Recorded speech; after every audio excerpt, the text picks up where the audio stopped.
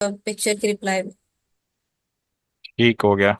आप इधर भी शेयर कर दें जो रॉन्ग कोड है मैम सायरा, फिर हम इसको यहाँ डिस्कस कर लेते हैं। जी मैम, शेयर कर दें।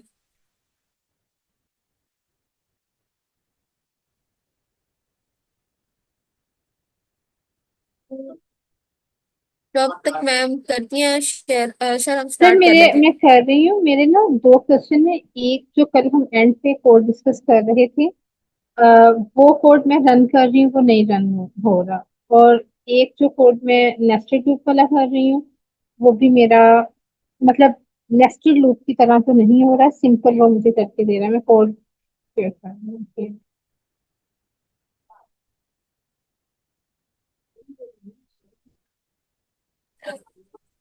मैम सर आई वो शेयर दो माय दोनों कोड। ही नहीं हो रहे ना, आप वो दोनों शेयर कर दें, हम चेक कर लेते हैं। सर ओके, शेयर कर दिए मैम ने ये।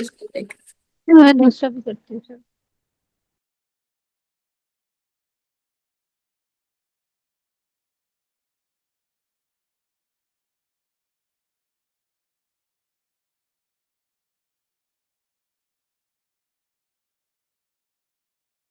सर दूसरा सेम वही है जो कल हमने क्वेश्चन स्टार्ट किया था, बट ठीक है।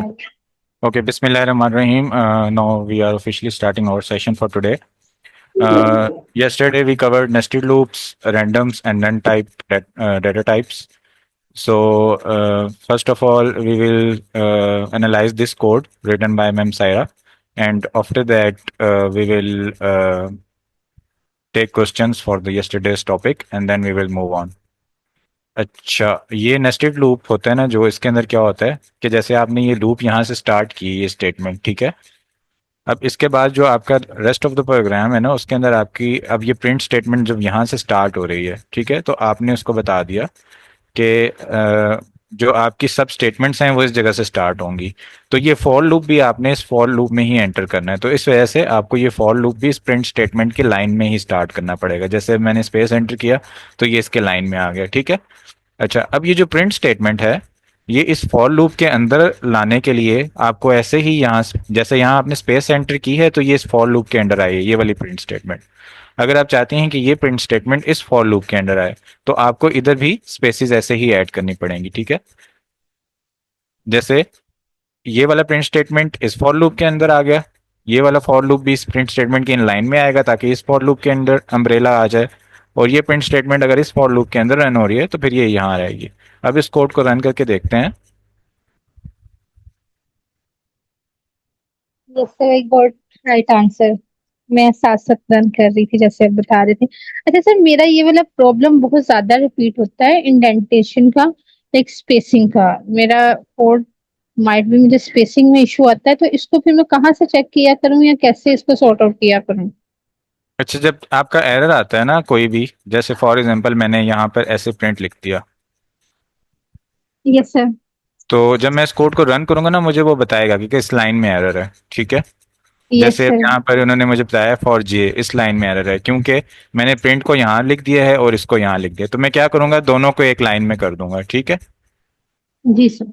यहाँ पर मैंने एक लाइन में कर दिया, अब मैं इसको रन करूंगा तो ये रन हो जाएगा। तो आप देखें कि वो किस लाइन में आपको एरर बता रहा है। या तो मैंने इसको पीछे किया है, मैं इस प्रिंट को भी आगे कर सकता हूँ, दोनों एक लाइन में हो जाए।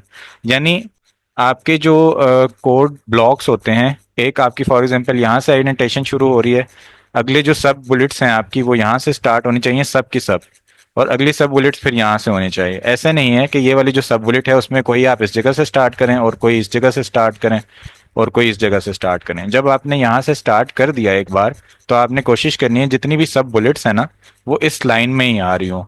फिर फर्दर उसकी जो सब बुलेट्स हैं, यानी इस फॉर लूप के अंदर मैं एक और फॉर लूप डाल देता हूँ, तो उसके लिए फिर आपने एक अलग से एक इंडेंटेशन डालनी है, और वो जो शुरू में आपने एंटर की है वो ही आपने एंड तक लेकर चलनी है, उसको थोड़ा सा भी आगे पीछे नहीं करना, एक स्पेस आगे या एक स्पेस पीछे। यानी जिस तरह हम इफ एल्स वाली स्टेटमेंट करते हैं, उसमें भी हमने ये स्पेसिंग का, यानी मेन हेडिंग देन सब हेडिंग देन सेकंड सब जी जी। हेडिंग, इस तरह वो सारा अपना कोड देना जैसे है। आप ये चाहती है ना, ये वाली जो प्रिंट स्टेटमेंट है ये इस फॉर लूप के अंदर रन हो, तो आप इस फॉर लूप के बाद जब ये स्टेटमेंट लिखेंगे ना, तो पीछे कोई स्पेस होनी चाहिए। ठीक है। अब आप चाहती हैं इस ओके। फॉर लूप के अंदर एक और फॉर लूप यूज हो, तो जो ये फॉर लूप आपने जहां से स्टार्ट करना है, जहां से ये प्रिंट स्टेटमेंट स्टार्ट की थी, उसी जगह से आपने ये यस। फॉर लूप स्टार्ट करना है। फिर आप चाहती हैं जो ओके। अब फर्दर प्रिंट स्टेटमेंट आए वो अंदर वाले फॉर लूप में चले, तो उसके लिए फिर आपको यहाँ स्पेस एंटर करनी पड़ेगी। अब आप चाहती हैं इसके बाद एक और फॉर लूप हो, जो तीसरा फॉर लूप अंदर मजीद जो है ना अंदर चले, तो फिर वो आपको यहाँ से प्रिंट स्टेटमेंट की लाइन में लिखना होगा। अगर मैं इसको इस जगह से लिखूंगा तो ये एरर आ जाएगा कि ये कहेगा कि भाई ये किसके अंदर है, हमें समझ ही नहीं आ रही, ये प्रिंट स्टेटमेंट तो इसके अंदर आ गई, तो इसका तो आइडेंटिफिकेशन यहाँ से शुरू हो, और ये फॉर लूप किसके अंदर है, ना ये इसके लाइन में है, ना ये इसके लाइन में है, ना ये इसके लाइन में। तो अब इसका हम क्या करें, हमें बताओ। तो वो डम है, उसको समझ ही नहीं आएगी कि मैं किसके अंदर डालूं इसको। अगर मैं इसको यहाँ लिखूंगा तो ये बड़े वाले फॉर लूप के अंदर आ जाएगा, ठीक है। इसको मैं यहाँ लिखूंगा, ये मेन प्रोग्राम का हिस्सा बन जाएगा। इसको मैं अगर यहाँ लिखूंगा तो ये इस अंदर वाले फॉर लूप का सब फॉर लूप बन जाएगा। इसको मैं अगर यहाँ लिखूंगा तो फिर इसको समझ नहीं आएगी, यहाँ लिखूंगा फिर भी इसको समझ नहीं आएगी। Okay, thank you so much. Welcome. Yes ma'am. अस्सलाम वालेकुम सर। वालेकुम अस्सलाम। सर काइंडली मैं इस सेशन में जो है ना प्रेजेंट करना चाह रही हूँ फ्राइडे को, तो क्या मैं प्रेजेंट कर सकती हूँ? यस मैम, आप प्रेजेंट कर सकती हैं। आप थर्सडे को अनाउंस कर दीजिएगा कि मैं प्रेजेंट करना चाह रही हूँ, और उसके अलावा एक शीट है उसमें भी फिल करना है। शीट नहीं भी फिल करना चाह रही तो थर्सडे वाले सेशन को ज्वाइन कर लीजिएगा, उसमें बता दीजिएगा कि कल मैं प्रेजेंट करना चाह रही हूँ। लाइक सर जैसे हम लोग डीएसए में प्रेजेंट करते हैं तो हमें एक लीड कोड प्रॉब्लम दे दी जाती है, तो इस सेशन में क्या कोई स्पेसिफिक टॉपिक प्रेजेंट करना होगा या फिर क्या करेंगे नहीं, इसमें? नहीं, आपकी मर्जी है। जो इस वीक के टॉपिक्स कवर हुए हैं आप उनको भी समराइज कर सकती हैं। आप नेक्स्ट टॉपिक कोई कवर करना चाहती हैं, आप नेक्स्ट टॉपिक भी कवर कर सकती हैं। आप कोई लीड कोड का क्वेश्चन कवर करना चाहती हैं जो कवर टॉपिक्स में से हो, वो भी आप प्रेजेंट कर सकती हैं। तो ये आपके ऊपर डिपेंड करता है। When you are leading the session तो आप कुछ भी कर सकती हैं, doesn't matter. Okay sir, thank you. Welcome. अच्छा, इसके अलावा कल हम रैंडम का टॉपिक कवर कर रहे थे, उसको मैं थोड़ा सा बता देता हूँ कि फॉर एग्जांपल मैं एक वेरिएबल लिखता हूँ, ठीक है। वेरिएबल जो न्यू पार्टिसिपेंट्स हैं जो कल नहीं थे उनकी इन्फॉर्मेशन के लिए मैं एक वेरिएबल लिखता हूँ। फॉर एग्जांपल वेरिएबल 1 = 5, ठीक है, और मैं इसकी वैल्यू प्रिंट करता हूँ, ठीक है। और इसकी वैल्यू मैं प्रिंट करने के लिए इसका नेम यहाँ लिखता हूँ वेरिएबल 1, ठीक है। इसको मैं प्रिंट करूंगा तो ये 5 हो जाएगा, ठीक है। अब मैं इसकी वैल्यू चेंज करता हूँ, दोबारा 6 कर देता हूँ, ठीक है। डिफरेंट वैल्यूज मैं एंटर करना चाहता हूँ, कभी मैं चाहता हूँ 8 हो जाए, कभी मैं चाहता हूँ इसकी वैल्यू जो है वो 0.5 हो जाए। तो इस तरह से मैं डिफरेंट वैल्यूज इसकी एंटर कर सकता हूँ। तो अब ये तो मैंने एंटर की रैंडम प्रोग्राम को स्टॉप कर करके, ठीक है। यानी इसको वेरिएबल का मैं कोई ना कोई प्रोग्राम आगे फर्दर लिखा हुआ था 7 to 8 लाइन्स का, उसमें ये वैल्यू इस्तेमाल हो रही थी किसी ना किसी तरह। अब ये तो मैंने लिख दिया इसको कि मैं बार बार इसको चेंज कर रहा हूँ, मतलब एक बार मुझे कुछ लिखना पड़ रहा है, एक बार मुझे कुछ लिखना पड़ रहा है, खुद से इसको चेंज करना पड़ रहा है। अब मैं चाह रहा हूँ कि खुद से मुझे चेंज ना करना पड़े, जब मैं प्रोग्राम रन करूँ ना डिफरेंट वैल्यू खुद ब खुद ही यहाँ पर आए, मुझे मैनुअली ना लिखनी पड़े, ठीक है। तो उसके लिए मैं क्या करूंगा कि उसके लिए मैं इसको बोलूंगा कि भाई आप ऐसा करो, रैंडम हो जाओ, ठीक है। लेकिन अब इसको रैंडम अगर मैं इस तरह से लिखूंगा तो ये समझेगा कि मैंने यहाँ पर कोई वेरिएबल डिफाइन किया है रैंडम, ठीक है, और उसकी वैल्यू इसने उठानी है, ठीक है। तो ये उसकी वैल्यू उठा लेगा, ठीक है। और अगर मैंने इसको नहीं डिफाइन किया तो ये क्या करेगा कि मुझे एक एरर दे देगा, ठीक है।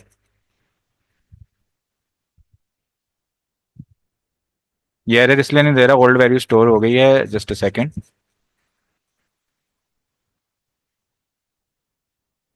अच्छा, अब दोबारा से इसको मैं रन करूंगा, मुझे एरर दे देगा। ये कहेगा भाई ये जो आप वेरिएबल 1 को रैंडम के इक्वल कह रहे हो, इसकी तो ये तो कोई वेरिएबल हमें मिल ही नहीं रहा, इसकी क्या वैल्यू है, ठीक है। तो रैंडम इसको मैं करना तो चाह रहा हूँ, लेकिन उसका तरीका ये है कि मैं इसके अंदर ना किसी और बंदे ने एक पूरा प्रोग्राम लिखा हुआ है, मैं चाहता हूँ कि जो उसने पूरा कोड लिखा है ना कि रैंडम काम कैसे करे, वो कोड मैं दोबारा से ना लिखूं, मैं उसी का कोड अपने पास यूज कर लूं। तो उसके लिए मैं लिखूंगा इम्पोर्ट रैंडम। तो क्या होगा कि किसी और बंदे ने रैंडम लाइब्रेरी बनाई हुई है, सारा काम उसने किया हुआ है, मैंने बस अपने कोड के अंदर उसको इम्पोर्ट कर लिया, ठीक है। अब इम्पोर्ट हो गया रैंडम, ठीक है।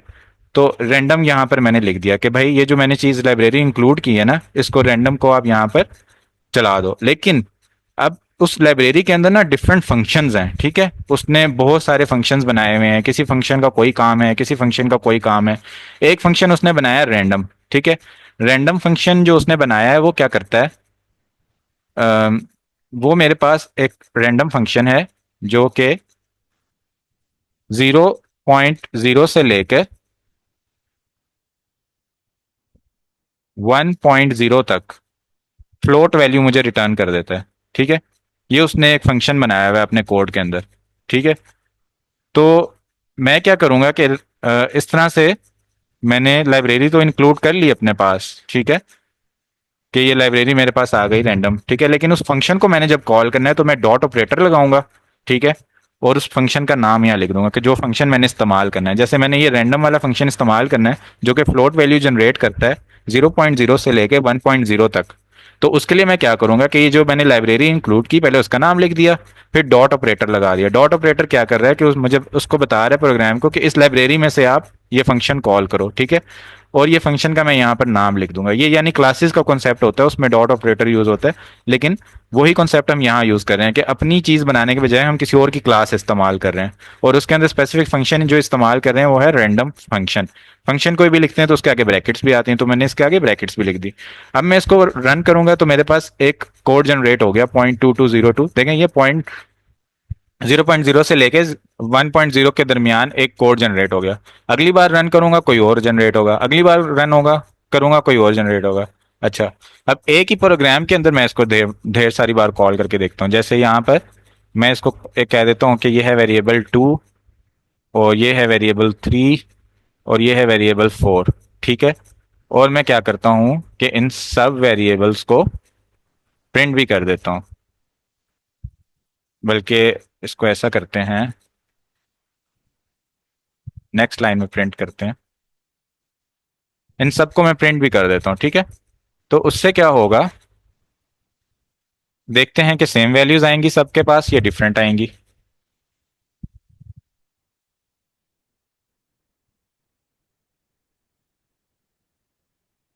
अब मैं प्रोग्राम को रन करता हूँ तो मैंने देखा कि सब वेरिएबल्स में डिफरेंट वैल्यूज मेरे पास आ गई हैं। ठीक है,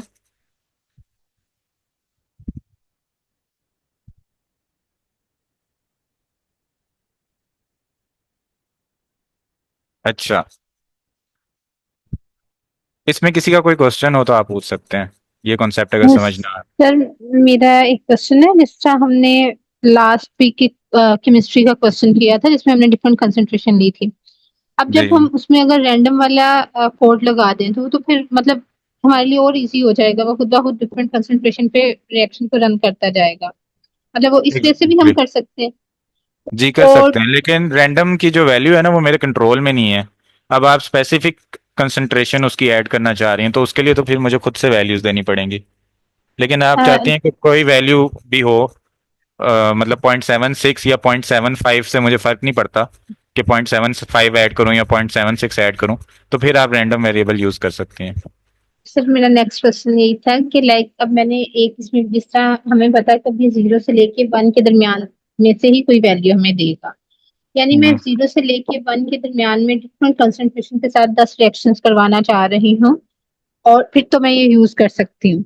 लेकिन जी अगर मुझे लाइक अपनी जो कंसंट्रेशन है वो 5 to 10 की रेंज, मतलब इस में लेनी है, तो फिर मुझे हम्म, पहले ऊपर आइडेंटिफाई करना पड़ेगा कि मेरा जो रैंडम वेरिएबल है वो लाइक इस रेंज में है। जिस तरह कल भी जी हम जी एक क्वेश्चन कर रहे थे थ्रेशोल्ड वाला, फिर वो वाला कंसेप्ट इसमें अप्लाई होगा कि जी, लाइक जैसे अभी किस हमने वैल्यू से ये कम कम हमें वैल्यू जो है उसके अंदर आप हम्म, डिफरेंट बना के दे दें।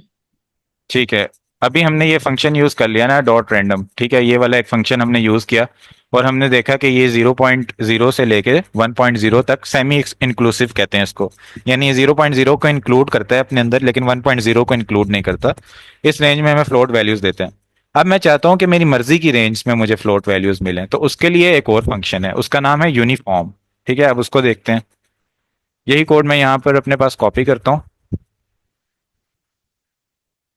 और यहाँ पर मैं दूसरा जो फंक्शन है यूनिफॉर्म वो एंटर करता हूँ। तो यूनिफॉर्म लिखने से क्या होगा, अब रैंडम ही लाइब्रेरी है, वही क्लास है जो उसने पूरा कोड लिखा हुआ है। उसमें से मैंने कहा कि ये रैंडम वाला फंक्शन नहीं, मुझे यूनिफॉर्म वाला फंक्शन जो है ना वो वाला चाहिए। यूनिफॉर्म फंक्शन के अंदर क्या है कि मैं दो वैल्यूज एंटर कर सकता हूँ, एक मिनिमम वैल्यू फॉर एग्जाम्पल 10.0 और एक मैक्सिमम वैल्यू फॉर एग्जाम्पल 15.5। तो यूनिफॉर्म क्या होता है ये भी मुझे फ्लोट वैल्यू ही रिटर्न करता है जैसे रैंडम रिटर्न कर रहा है, लेकिन रैंडम के अंदर पहले से डिफाइन है कि आपने 0.0 से 1.0 तक करनी है। यूनिफॉर्म में मैं अपनी वैल्यू बता सकता हूँ कि आपने इस वैल्यू से लेकर इस वैल्यू तक मुझे कोई वैल्यू रिटर्न करनी है। अब मैं इसको रन करूंगा तो प्रिंट भी कर लेते हैं इसको। अच्छा सर, इस रैंडम फंक्शन का कुछ कोई खास यूज केस है?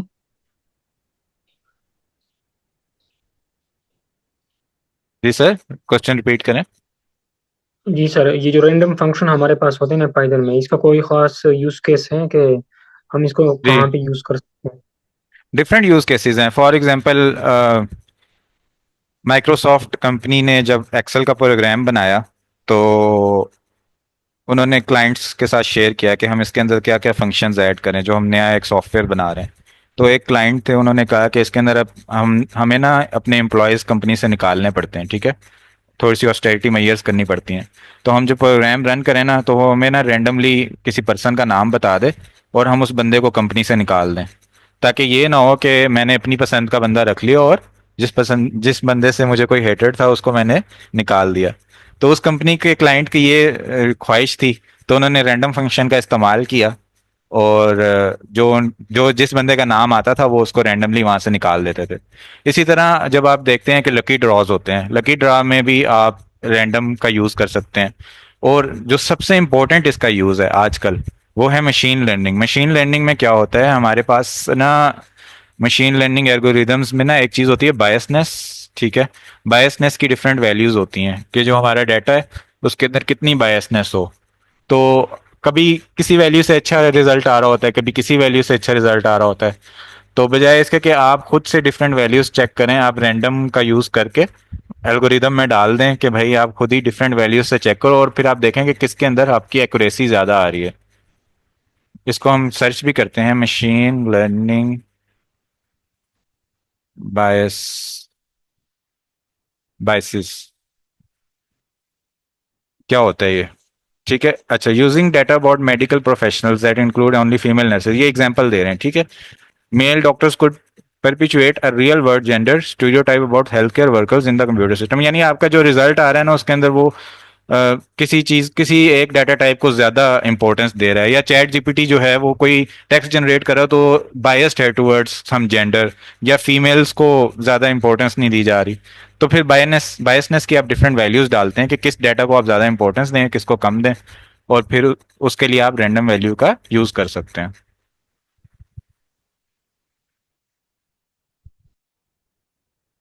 ठीक है। और अस्सलाम वालेकुम। वालेकुम अस्सलाम। सर मेरे दो क्वेश्चंस हैं। जी प्लीज। एक ये कि random dot random, random dot randint और रैंडम डॉट यूनिफॉर्म में क्या फ़र्क है? और दूसरा ये कि जो रैंडम नंबर हमें रिटर्न कर रहा है, इसमें डेसिमल के बाद जो नंबर्स हैं उनको कैसे कंट्रोल किया जाए, अप टू 3 और अप टू 4 या इस तरह से। जी वेरी गुड क्वेश्चन। इसको हम कवर करते हैं बारी बारी। अभी हमने दो फंक्शंस कवर किए हैं, ये आप लोगों को रिवाइज हो गए हैं, बिल्कुल अच्छे से याद हो गए हैं कि रैंडम क्या करता है और यूनिफॉर्म क्या करता है। इसके तो अंडरस्टैंडिंग हो गई है ना अच्छे से, बाकी फिर हम फंक्शंस देखते हैं अभी। अच्छा, इसके बाद हम देखते हैं कि यूनिफॉर्म तो हमें क्या कर रहा है, एक फ्लोट वैल्यू रिटर्न कर रहा है। मैं चाहता हूं कि मेरे पास इंटीजर वैल्यू आए, ये डेसिमल्स में वैल्यू ना आए, ठीक है। तो उसके लिए फिर एक और फंक्शन है, ठीक है, और उस फंक्शन का नाम है रैंड इंट।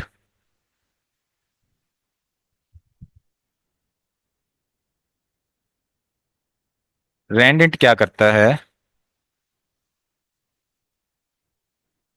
कि मैं इसको कोई इंटीजर्स वैल्यू देता हूँ, ठीक है, तो ये मुझे इंटीजर में रिजल्ट रिटर्न करता है बजाय फ्लोट के। यानी यहाँ पर तो मेरे पास फ्लोट में वैल्यू आ रही थी ना, जब मैं रैंड इंट यूज करूंगा तो मेरे पास इंटीजर में वैल्यू आएगी। जैसे ये 13 आई, दोबारा रन किया 11, 14, 10, 14, 15, 11, तो ये इंटीजर्स में मेरे पास वैल्यू आ रही है।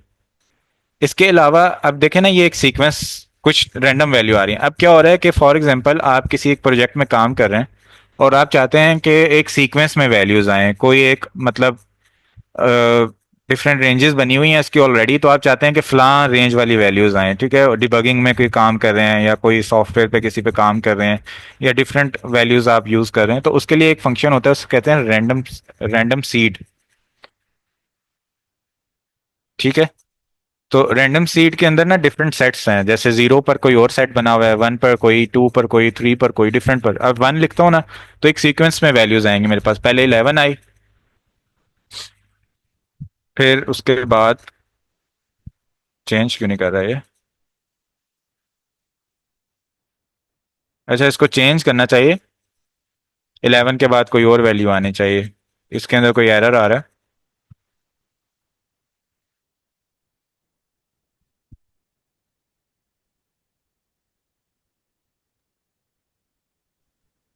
सर शायद इसको प्रिंट स्टेटमेंट में डालना पड़ेगा, रैंडम सीड को।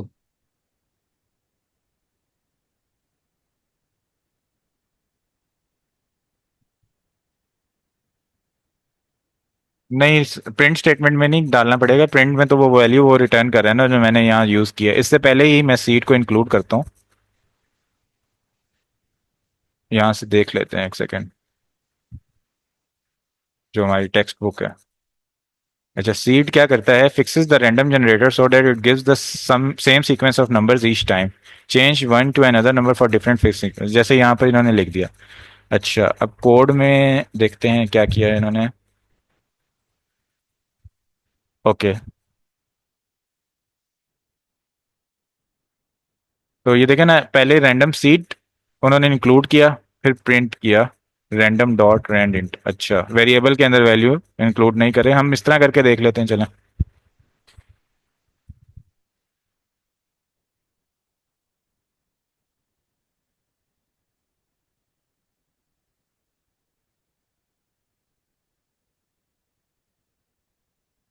ये कोई एरर आ रहा है यहाँ पर, इस कोलैब नोटबुक में एरर आ रहा है, वरना ऐसा होना नहीं चाहिए। या फिर ये है कि इन्होंने जो सीड सेट बनाया हुआ ना, उसमें 13 ही वैल्यू होगी हमारी रेंज में, जो हमने रेंज इंक्लूड किया। रेंज को चेंज करते हैं।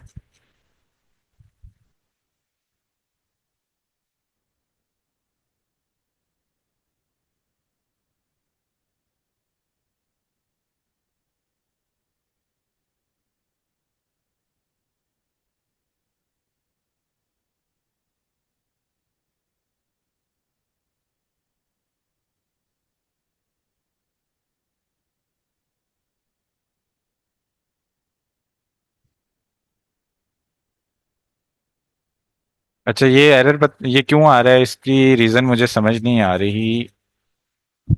होना ऐसा नहीं चाहिए। सीड में क्या होता है कि डिफरेंट सेट्स की वैल्यूज एक सीक्वेंस में रिटर्न होने लग जाती हैं, ठीक है।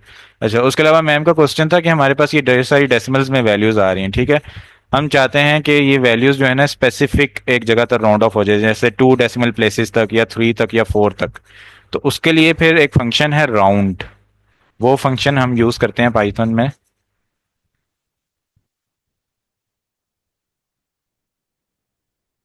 कि मैं कहता हूँ कि इसको डायरेक्ट प्रिंट में भी डाल सकता हूँ या कोई और वेरिएबल भी बना सकता हूँ। वेरिएबल 2 बना लेते हैं,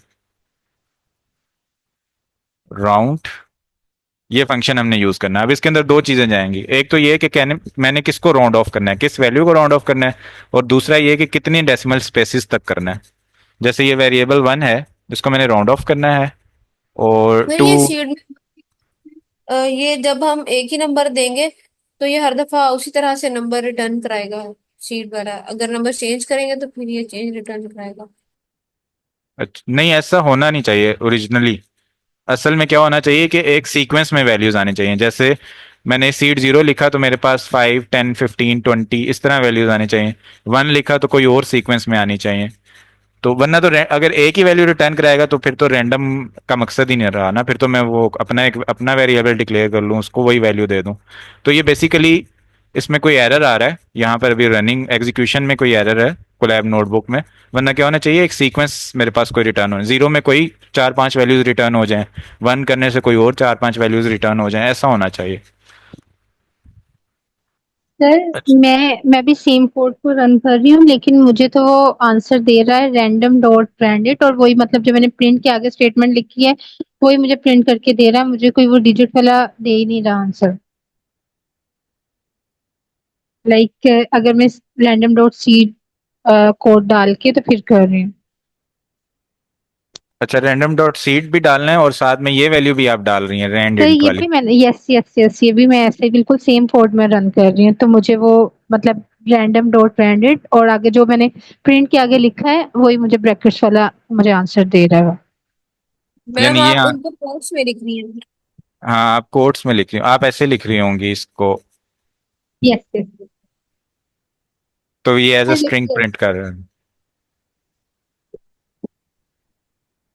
अब सर मुझे भी वो सेम आंसर जिस तरह मतलब वो दे रहा है, एट ही बार बार दे रहा है, चेंज नहीं कर रहा। ठीक है, ऐसा होना नहीं चाहिए। कॉन्सेप्ट हमने जो याद रखना है ना, वो ये रखना है कि सीड का मकसद ये होता है कि एक सीक्वेंस में वैल्यूज आती हैं। ठीक है, जस्ट अ सेकेंड।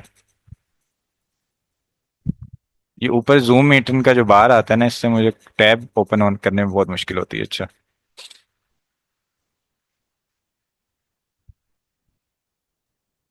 सर इसको आप मूव करके साइड पे कर दें, इसको आप हाइड भी कर सकते हैं। ठीक है, थैंक यू। कर्सर इसके ऊपर ले जाके इसको मूव कर लें। Okay, thank you. अच्छा, ये हमारे पास ना रैंडम फंक्शन लिखा हुआ है जो ओरिजिनल फंक्शन है।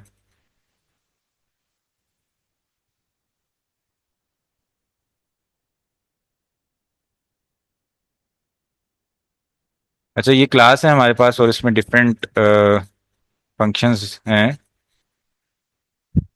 और ये रैंडम फंक्शन डिफाइन हुआ हुआ है हमारे पास। ये सीड है, ठीक है।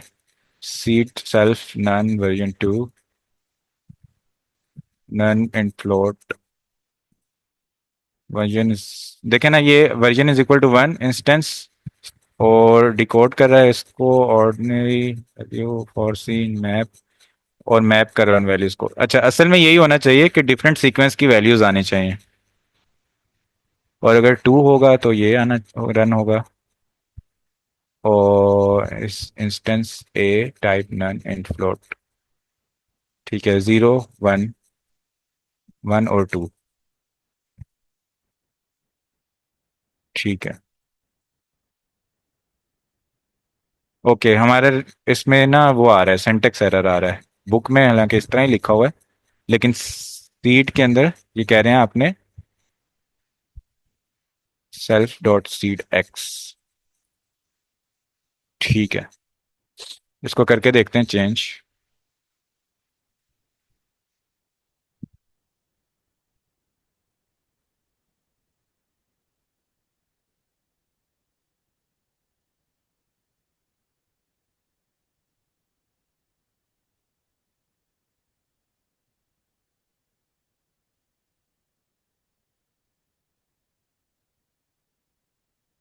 रन ये पर। ये सेपरेट नहीं होगा, ये रैंडम के साथ ही यूज होता है। ठीक है, इसको मैं बाद में देखता हूँ। इसके अंदर ना हमारे सिंटेक्स का एरर है, यानी ये बुक में हमें गलत मेंशन किया गया है, इस तरह नहीं लिखना। इसके पैरामीटर्स ज्यादा हैं कोड में ना। ऐसे इसको आप एक दफा अगर टाइम अगर है तो थोड़ा सा इसको चैट जीपीटी पे अगर देख लें, क्योंकि मुझे ये सही लग रहा है कि आपने जो लिखा था वो मुझे ठीक लग रहा है। अच्छा, ये यानी इस तरह डिफरेंट वैल्यूज ही रिटर्न होने चाहिए, ये कह रही हैं आप।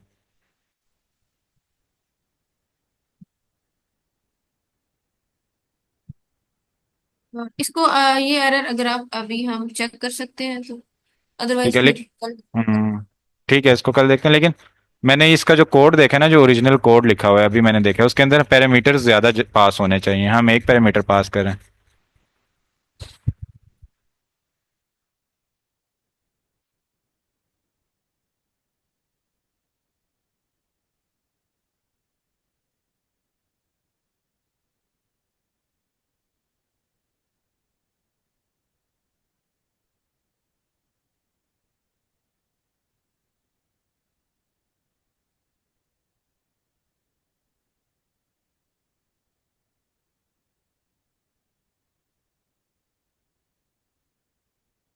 देखिए रैंडम जनरेटर फिक्स सीड है, every time you run the random number generator will produce the same sequence of number, same number नहीं कह रहा है ये, सेम सीक्वेंस ऑफ नंबर। तो will always print the same number 17 because the seed is fixed at 1, different values and each time. If you want a truly random sequence every time the script is run, don't set the seed like this. use case for seed। अच्छा एक ही value return करेगा इस case में, ठीक है। Sir जब हम seed में वैल्यू चेंज करेंगे फिर आई थिंक वो वैल्यू चेंज हमें सर करके मेरे देगा। ख्याल से वो जो 1 आपने उसको दिया ना, लिखा है हम्म, एज अ पैरामीटर, उसका मतलब है कि एक ही वैल्यू रिटर्न करनी है। उसमें आप 3 लिख के चेक करें जरा। अगर 3 लिख के चेक करेंगे फिर भी वो एक ही वैल्यू हमें रिटर्न कर, लाइक कोई भी अगर हम 32 वट एवर डिजिट को यूज तो वो एक ही वैल्यू हमें जनरेट करके देगा। और ठीक अगर है। हम उन ब्रैकेट्स को खाली छोड़ दें फिर क्या केस हो सकता है? सर फिर चेंज करके दे रहा है हमें, अगर ब्रैकेट्स को एम्प्टी कर फिर वो एवरी टाइम चेंज वैल्यू देगा। ठीक है, यानी हमें ये सीड से एक ही फिक्स्ड वैल्यू रिटर्न कर रहा है। सर जीरो भी ना लिखे, कुछ ना लिखे, एम्प्टी ब्रैकेट। यस। ओके ठीक है। ठीक है, थैंक यू एवरीवन। राउंड वाला फंक्शन भी हमने देख लिया है आई थिंक, कि हमने राउंड ऑफ करना है। अगर डेसिमल स्पेस जैसे 2 तक किया है, इसको मैं 4 तक भी कर सकता हूँ और 5 तक भी कर सकता हूँ। ठीक है, यहाँ तक किसी का कोई क्वेश्चन हो तो आप पूछ सकते हैं। सर जब या ब्रैकेट्स को खाली छोड़ा है तो तब वैल्यूज चेंज हो रही हैं। जी, तब तो हो रही है चेंज, तब तो ये फंक्शन काम ही नहीं कर रहा सीड वाला, इस ये ऐसे ही हो गया जैसे मैंने इसको कमेंट कर दिया है। और सर मैंने जो ये फंक्शन है ना इसको 2 बार लिखा है, ऊपर जी नीचे विद एम्प्टी ब्रैकेट्स, तो ये दोनों में डिफरेंट नंबर्स दे रहा है। अच्छा, लेकिन वो यही है कि ये जब आपने ऊपर नीचे लिखा है ना, तो असल में ये जी। चीज कोई काम, सीड कोई काम नहीं कर रहा। ये रैंड इंट है ना, यही अपना काम कर रहा है कि ये डिफरेंट वैल्यूज दे रहा है। फॉर एग्जाम्पल मैं इसको नहीं भी लिखूंगा ना, मैं ऐसे भी लिख देता हूँ, तो ये डिफरेंट वैल्यूज ही आएंगी। तो ये सीड को अगर मैंने एम्प्टी छोड़ दिया, इसका मतलब सीड है ही नहीं, ना होने के बराबर है। जी जी, इस सेम इसी तरह डिफरेंट वैल्यूज दे रहा है। जी, अगर मैं इसको कमेंट खत्म भी कर दूं तो डजेंट मैटर कि यहाँ लिखा हुआ है या नहीं, फर्क नहीं पड़ता। इसमें वैल्यू एंटर करने से सिर्फ क्या होगा कि मेरे पास, ओके ठीक है, अब देखें एक ही प्रोग्राम में जीरो से डिफरेंट वैल्यूज आ रही हैं। तो ये फंक्शन है इसका, कि आपने एक ही प्रोग्राम में सीड को बार बार लिखना है। अब समझ आइए।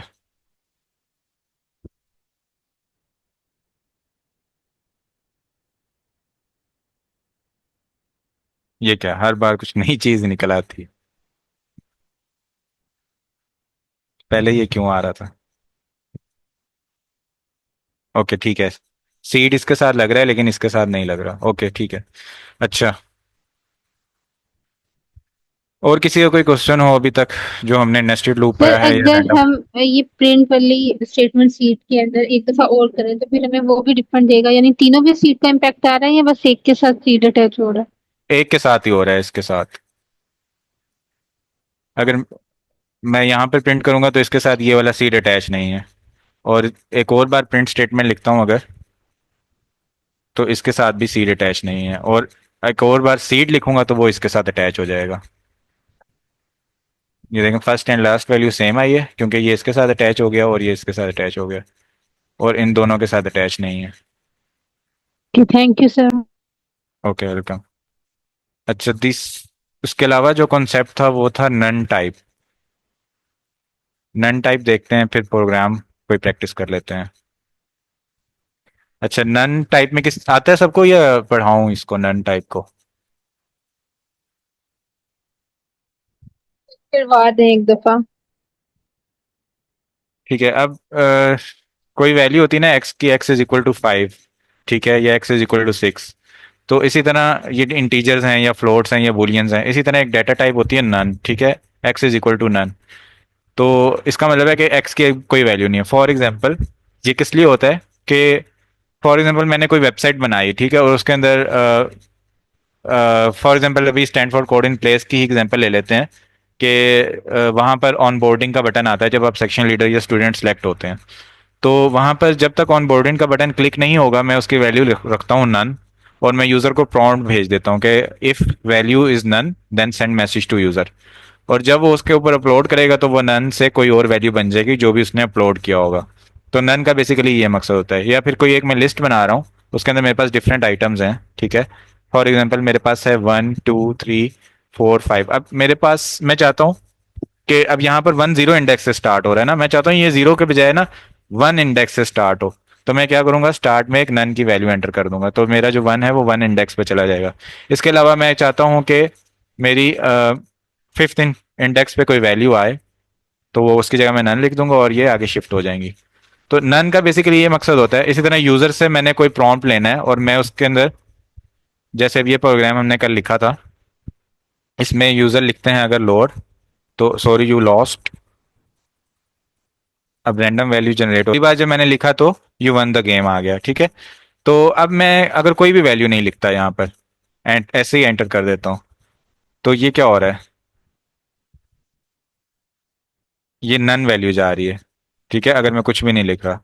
इसका मैं केस डालता हूँ, else if guess is equal to none, print be serious. अब देखते हैं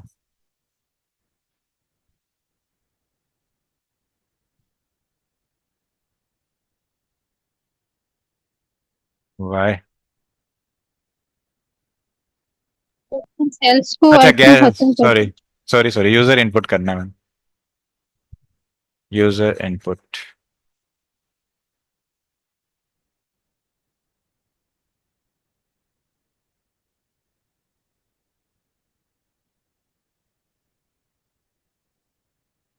ओके,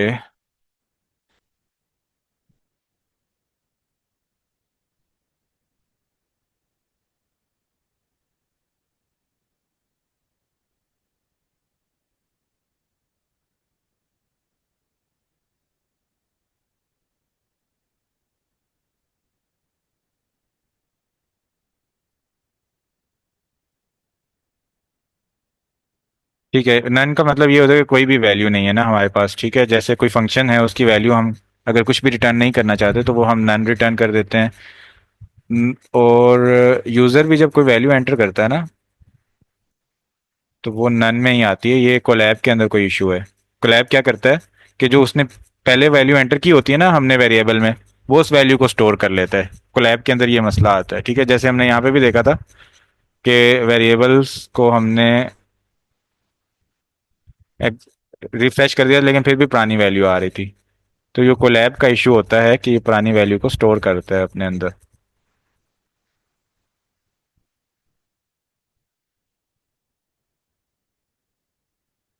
सर अगर हम ये एल्स वाला फिनिश कर दें और यहाँ तक बस नन तक ही रहें तो लेट्स सी क्या होता है।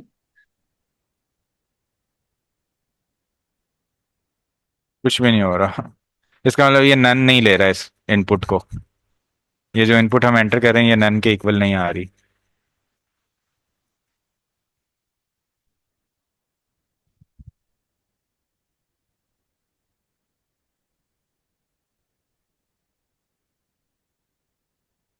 ठीक है, इसको देखते हैं, वरना होनी ये नन के इक्वल ही चाहिए।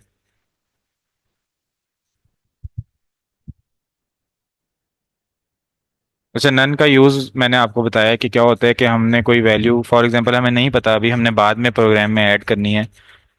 ये देखें ना, जैसे ये यहाँ पर इसने इंक्लूड किया if x is not equal to none, print x multiply by x. Otherwise आप एरर दे दें कि नन तो मल्टीप्लाई नहीं हो सकता, जो आपने वैल्यू दी है वो नहीं एंटर हो सकती। तो ये नन ही लेता है उसको। If you check to see if actual value is equal to none you will get false.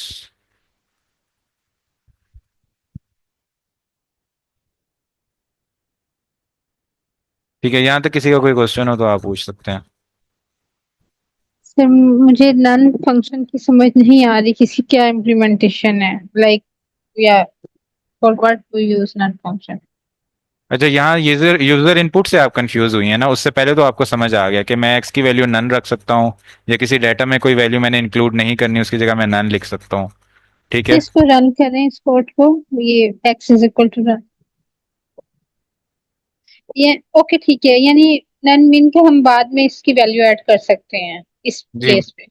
जी, बाद में वैल्यू ऐड कर सकते हैं, इसको अपडेट कर सकते हैं, या हम कंडीशन भी चेक कर सकते हैं कि एक्स जो है वो नन के इक्वल है, तो उस कंडीशन को कहीं एम्पलीफाई, जैसे ये ट्रू आ गया ना। अब जैसे मैंने अभी बताया था कि कोई आपने वेबसाइट बनाई, उसमें आपने एक रिस्ट्रिक्शन लगा दी कि जो भी लॉगिन करेगा ना वो अपना मोबाइल नंबर भी प्रोवाइड करेगा। अब उस टाइम किसी बंदे ने फोन नंबर प्रोवाइड नहीं किया, तो आप उस फोन नंबर की वैल्यू को नन कर देंगे फॉर्म में, और फिर आप एक कंडीशन लगा देंगे, if phone number value is equal to none, send reminder email to the user. तो ये इसका यूजेज होता है। लाइक इसका यूज ऑटो जनरेटेड जो मैसेजेस हमें आते हैं वहां पे हो रहा होता है। वहां पे हो रहा होता है कि हमने कोई चीज फिल करनी थी वो स्किप कर दी, या और भी हमने डाटा को इंक्लूड करना था और उसकी जगह हम, मतलब मैं 4 और 5 को नेक्स्ट इंडेक्स में मूव करना चाहता हूँ और इस इंडेक्स पर मैं कोई वैल्यू नहीं रखना चाहता। ठीक है। तो इस जगह मैं नन लिख दूंगा, या मैं चाहता हूँ कि यहाँ पर मैं बाद में कोई वैल्यू अपडेट करूँ, अभी मुझे इस जगह की वैल्यू का नहीं पता, तो मैं नन लिख देता हूँ। या एज केसेस भी होते हैं ना ऐसे, कि फॉर एग्जांपल मैंने अपने प्रोग्राम को बताया है कि आप ऐसा करो कि जैसे एक्स मल्टीप्लाई बाय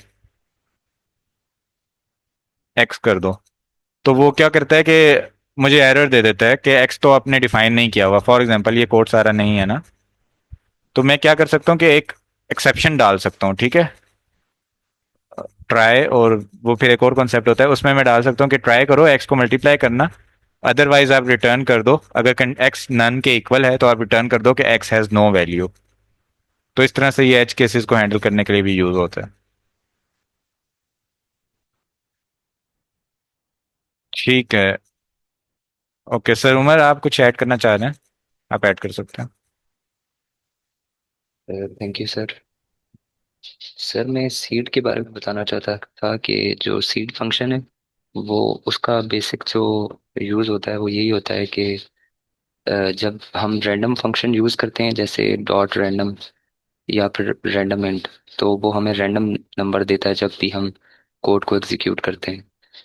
तो जो सीड फंक्शन होता है ना उसका मकसद ये होता है कि अगर हमने कोई एक्सपेरिमेंट फॉर एग्जांपल किया जिस पे रैंडम वैल्यू हमें रैंडम इंट ने दी थी, रिटर्न की थी, और हम चाहते हैं कि वो दोबारा रिपीट हो वही वाली वैल्यू जो हम उस एक्सपेरिमेंट में हमें वो वैल्यू मिली थी रैंडम, तो उसको रिपीटेबल बनाने के लिए हम सीड फंक्शन यूज़ करते हैं।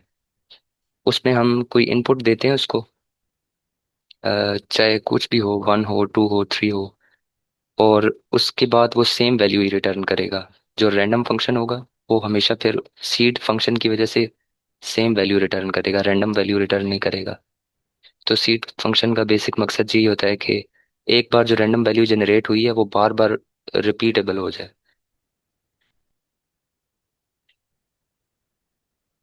यही मैंने ऐड करना था कि सीड का यही काम होता है कि ठीक है, thank you sir for editions.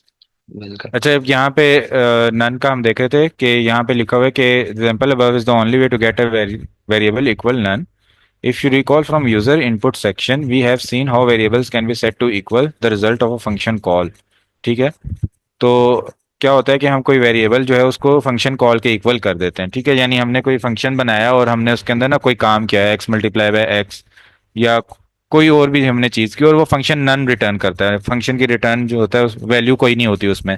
तो उस केस को हैंडल करने के लिए हम कहते हैं कि if value is equal to none, तब आप ये कर दें। ठीक है।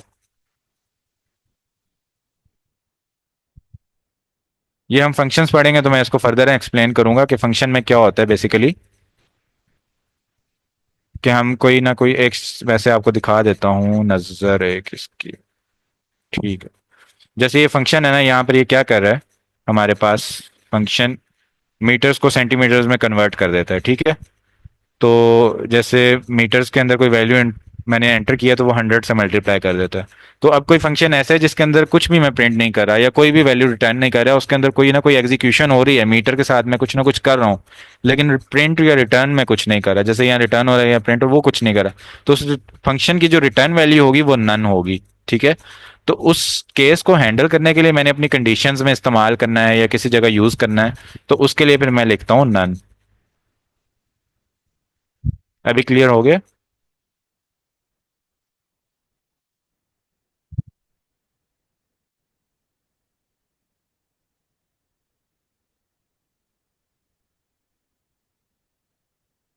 अच्छा, ये फ्लोटिंग पॉइंट को हम पहले कवर कर चुके हैं। अभी टाइम कम है, कोशिश करते हैं कि अगर प्रोग्राम लिख सकें एक तो प्रैक्टिस के लिए। आप लोगों की पार्टिसिपेशन चाहिए होगी मुझे। अच्छा, कोई आप में से ऐसा हो जिसको समझ ना आई हो बिल्कुल भी जो हमने आज कवर किया है, या पहले भी किसी कॉन्सेप्ट की, तो वो बता सकते हैं।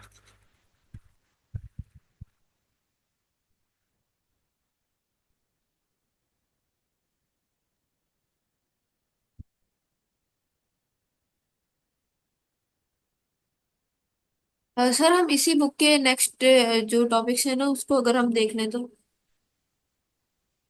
असल में अभी टाइम कम है, 4:50 हो गए हैं। नेक्स्ट टॉपिक जो है वो हमने कवर करने हैं कंटेनर्स। लिस्ट हम मैम अंजलि कवर कर चुकी हैं।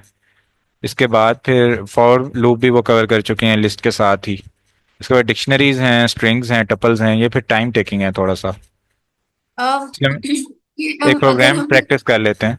देख लें तो मेरे ख्याल से कोई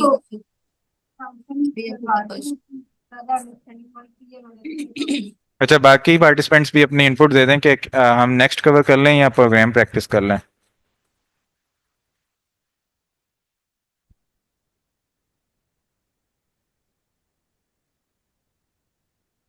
ठीक है, हम नेक्स्ट कवर कर प्रोग्राम लेते हैं।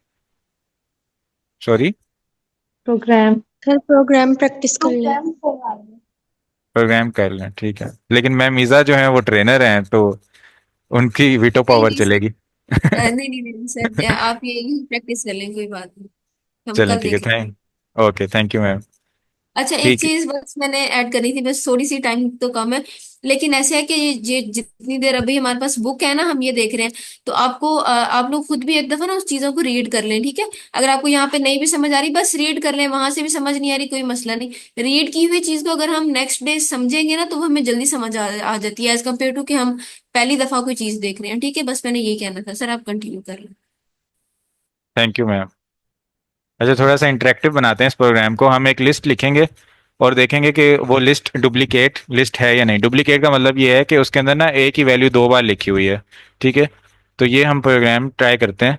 तो सब पार्टिसिपेंट्स बारी बारी अपना नेम बताएं, हम पार्टिसिपेंट्स के नेम से एक लिस्ट बना लेते हैं। ठीक है। I will break the ice. Hamza.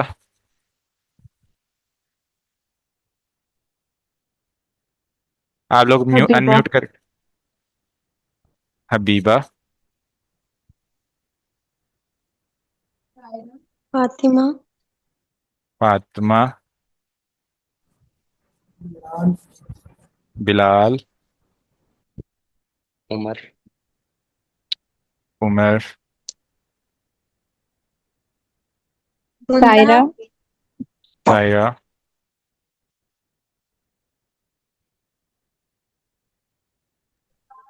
Muntaha. Muntaha.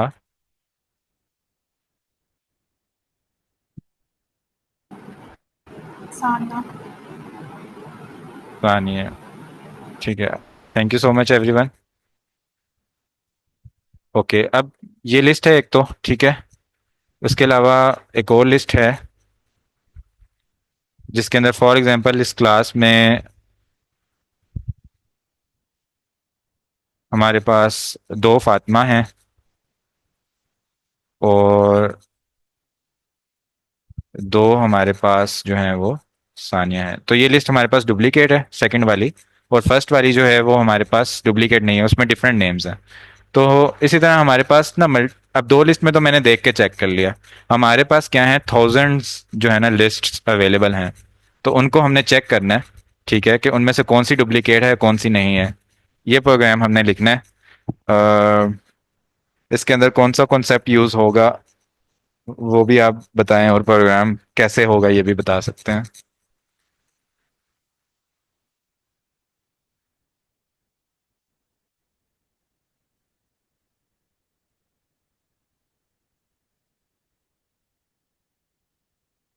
Loops का प्रोग्राम है, फॉर लूप का। ठीक है, फॉर लूप से मैंने लिस्ट पर आइटरेट करना है, ये मैंने हिंट दे दिया आपको। तो अब आप मुझे बताएं कि कैसे हम प्रोग्राम लिख सकते हैं कि वो रिटर्न करे। अगर इसके अंदर सारे डिफरेंट हैं तो हमें रिटर्न कुछ भी ना करे, और अगर मतलब रिटर्न कर दे कि it is a list with different characters और डिफरेंट वैल्यूज। और अगर उसके अंदर हमारे पास सेम कोई वैल्यू है तो वो रिटर्न कर दे डुप्लीकेट लिस्ट।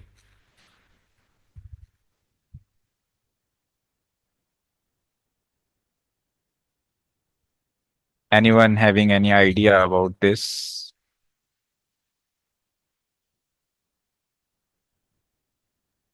सर इसमें फोर के साथ नेस्टेड लूप भी यूज होगा? यही तो आपने सोचना है ना क्या होगा।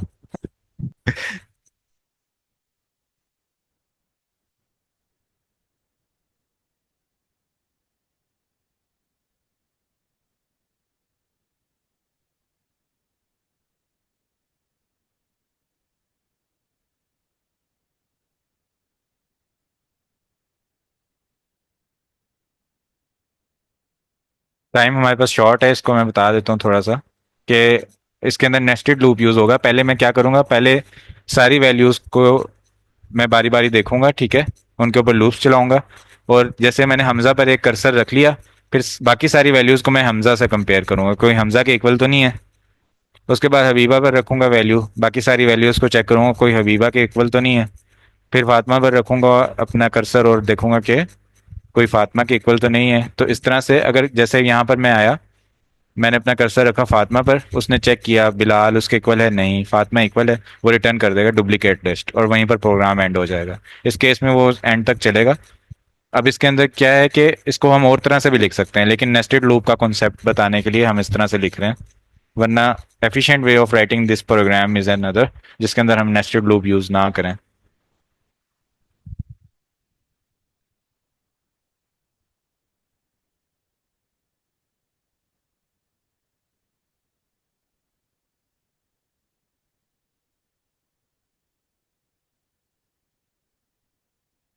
i+1 मैंने इसलिए लिखा कि अगर हमजा पर मैं हूं अभी आई पर, तो हमजा को हमजा से कंपेयर ना करूं बल्कि इससे आगे वाले को कंपेयर करूं। तो यहाँ पर मैंने इसको बोल दिया i+1 से स्टार्ट करो और लिस्ट के एंड तक चेक करते रहो, ठीक है। कंडीशन लगा देता हूं, इफ लिस्ट 3 और उसका इंडेक्स जो है I is equal to list 3 का जो इंडेक्स है जे, ये कोई इक्वल हो गए अगर, तो आप रिटर्न कर दो डुप्लीकेट लिस्ट।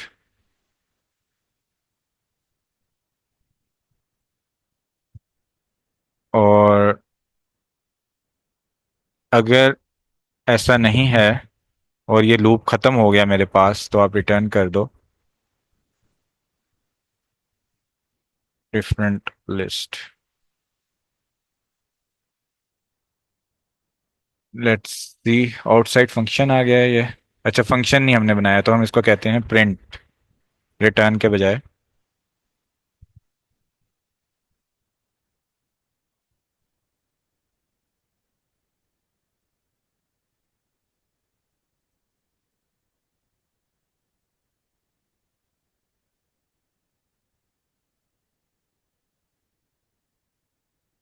डिफरेंट लिस्ट आ गई हमारी, लिस्ट 1, ठीक है। अब मैं इसको लिस्ट 2 करके देखता हूँ, तो ये हमारे पास आ गई डुप्लीकेट लिस्ट।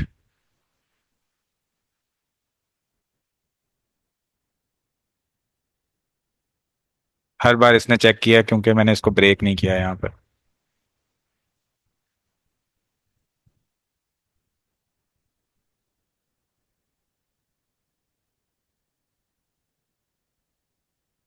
ठीक है, एनीबॉडी हैविंग एनी क्वेश्चन?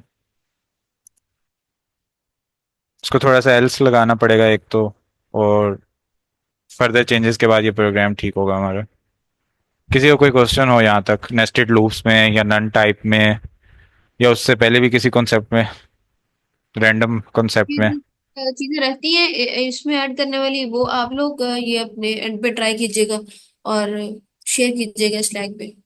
जी, इसको ट्राई कीजिएगा कि ये एक ही मेरे पास ना सिर्फ डुप्लीकेट लिस्ट लिखा है, 3 लाइनें ना लिखी हैं, तो इसको आप ट्राई कीजिएगा। सर इसमें हमें इस तरह भी आंसर मिल सकता है कि हमें पर्टिकुलर पर्सन का नाम मिले जो डुप्लीकेट हो रहा है, लाइक वो पूरी लिस्ट को ना करे डुप्लीकेट, वो कहे जी ये मतलब लिस्ट 2 में फातिमा रिपीट हो रही है या डुप्लीकेट हो रही है। जी, ऐसे भी कर सकते हैं। यहाँ पे प्रिंट में मैं लिख देता हूँ कि जब उसने चेक किया लिस्ट में कि आई इक्वल टू जे है, तो उसने उसको रिटर्न कर दिया कि फातिमा इसमें है और सानिया है, ये दोनों इक्वल हैं। Thank you sir. Welcome. Okay, thank you so much everyone for joining, और थैंक यू फॉर एडिशंस। कल से हम इंशाल्लाह नेक्स्ट टॉपिक स्टार्ट करेंगे। Sir take next care. Topic आप स्लैक पे बता दीजिएगा ताकि फिर हम उससे बुक से एक दफा रिवाइज करके आए। नेक्स्ट हम लिस्ट कवर कर चुके हैं, फॉर ईच लूप कवर कर चुके हैं, डिक्शनरीज टपल्स वो वाला टॉपिक कवर करेंगे। Dictionaries, strings, tuples, file reading देखेंगे। अगर कवर फाइल रीडिंग नहीं कवर करेंगे, लीड कोड के लिए इतना इंपॉर्टेंट नहीं। डिक्शनरी, स्ट्रिंग्स और टपल्स कवर करेंगे कल इंशाल्लाह। Thank you everyone for joining. Thank you ma'am मीज़ा for training session yesterday, और आपने बड़ा अच्छा एक्सप्लेन किया था। लेकिन